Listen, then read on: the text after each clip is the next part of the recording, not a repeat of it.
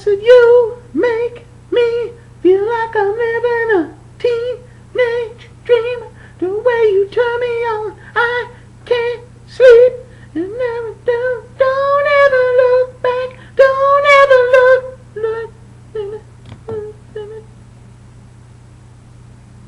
You didn't tell me you turned it on, Eduardo. Well, hey, it's November 5th, Friday, and going over a little fight here that's happening on November 27th between Juan Manuel Marquez and Michael Katsidis. And there's a lot of intrigue going into the fight. I mean, with Katsidis' brother passing away, and, you know, he's pushing, you know, and people are saying, wow, should he even be fighting? But he's dedicated to the fight to his brother, and you should give one of the greatest fights of his career. But this is the prediction vid, so I will break down both fighters, then I will give my prediction at the end, and yeah, you know, you'll have that. So I'm going to go ahead and start off with Michael Katsidis, who is 27-2-0 with 22 knockouts for a about a 76% knockout ratio.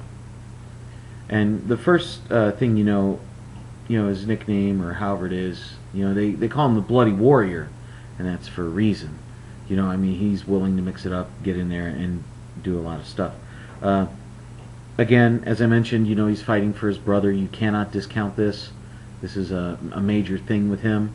If you want to think about that, think about back to when Buster Douglas lost his mother and the way he fought up. But there's some other things in here, so let me get to them at the end, and then you'll understand where I'm coming from. You know, he's a banger with good power, and he does really well with the body shots. Works the body shots well. He's not active enough, and I would like to see him pick up the pace. He does hold his left too low. Yeah, a little star there. Put a star by that if you're taking notes. And he tends to bend over, and when he does, he has his head down. Again, that's another note I want you to put a star by. When he throws, he's a 1 or a 1-2 fighter. Doesn't really throw a whole lot of combos. He's not a speed fighter, but he is aggressive. So he does apply that pressure. He comes in and hammers you. Tends to throw some looping punches and hooks. Might want to put a star by that. And he is open for straight shots down the pipe. Put another star by that. He has a good chin, but it's not great. And unfortunately, he does have a bit of a problem with patience. And if you look at the Joel Casamayor fight, you'll see what I mean by that. He kind of gave up his fight plan a little bit, got a little carried away there, overextended himself, and then he got knocked out by him. Now, when you look at his last 7 fights, he's 5-2, and he only has 2 knockouts in those 7 fights. And he's also been knocked out in those 7 fights. And he got knocked out by Joel Casamayor. So, when putting it in there, yes, it's great that he has this opportunity and everything like that. And he's beaten a lot of good guys, but you know, the guys he's lost to, you know, Marquez is beaten. Just throwing that out there. The guy that knocked him out, Marquez knocked out. So let me switch over to Juan Manuel Marquez. You know, he's 51-5, no draws, or 1 draw. Sorry about that. Or 51-5, 1 draw. 37 knockouts for like a 65% knockout percentage. Wonder who that 1 draw was to. Anyway, forget about the Mayweather fight. This is his weight. This is his home. 135. You know, never should have left it. You know, some guys are better at certain weights than others. This is pretty much his weight. Look, he's a monster counterpuncher. He took Pacquiao the distance, and he beat Barrera. He knocked out Casamayor and Diaz. He schooled Juarez. I mean, 135, it's his place, you know. And as I said, he beat the man 2 times in Diaz that beat Katsidis. He knocked the dude out, Casamayor, that knocked out Katsidis. But eventually, you know, all of us succumb to age. And at 37, is this the time? Is this when age finally catches up with Juan Manuel? I don't know. Does it? He looked pretty good in his last fight. Just throwing that out there. the fluctuations in weight do have me concerned a little bit, because a lot of fighters, when they do that flux in weight and up and down, tend to struggle a little bit. Antonio Tarver struggled with it. Roy Jones Jr. struggled with it. These, and granted, these are bigger weights, but at the same time, the theory or the practice is still the same, and you wonder with that. You don't really want to go up and down a whole lot. It's not good for you. Eventually, it takes its toll on you. Granted, that was the first time you really did it, and it was against Floyd Mayweather. If you look at his 5 losses, they've come against basically the best in the world or #1 fighters at the time he fought him.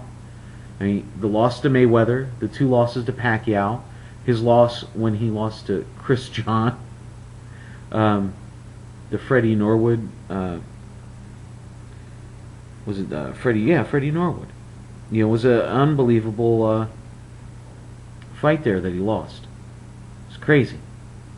I mean, Freddie Norwood was a bad dude out of St. Louis. Just throwing that out there. I mean, he fought the top guys. Chris John's still the top guy in his division. He's suffered some injuries, but he's still the tops. His last 7 fights, he's 5-2 with 2 knockouts as well. Only he hasn't been knocked out, and his 2 losses have come to Manny Pacquiao.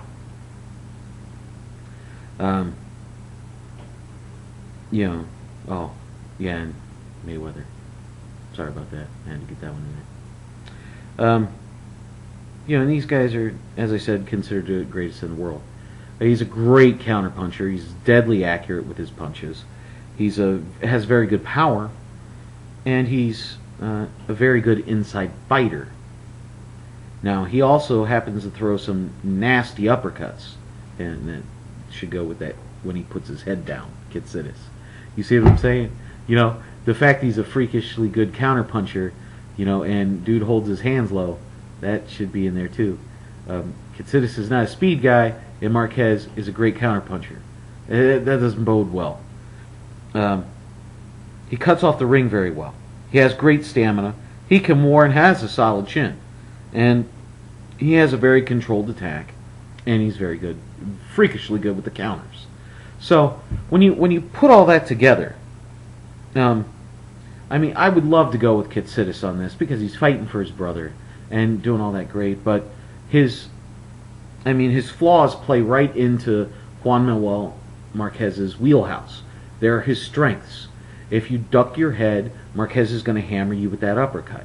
If you're slower, and you have your hands down, and Marquez counters you, that's going to be bad news for you too as well. If you're not a volume puncher, you're not going to get those shots on Marquez. And if you're not a freakishly fast fighter, Marquez is going to see those punches come and wait, roll with them, and then hammer you and make you pay. And looking at this, do I think Katsidis could get knocked down in this fight? Absolutely, I do. I think he could. I think he will take a lot of punishment, but I don't think he will get knocked out. I think this goes to a unanimous decision, and that will be for Marquez. If there is a knockout, it's going to be Katsidis getting knocked out in this fight. Marquez has never been knocked out, and he's been in with much bigger fighters, especially when you're talking about Mayweather, and I think I'm going to go on record and say Pacquiao probably hits a lot harder than Katsidis does. All right, so that's my prediction for that. Comment, rate, subscribe. Let me know what you think, and I think that's it. I think we're done, right, Eduardo? Yeah. Okay. Wait, this is Bigragu. I'm out.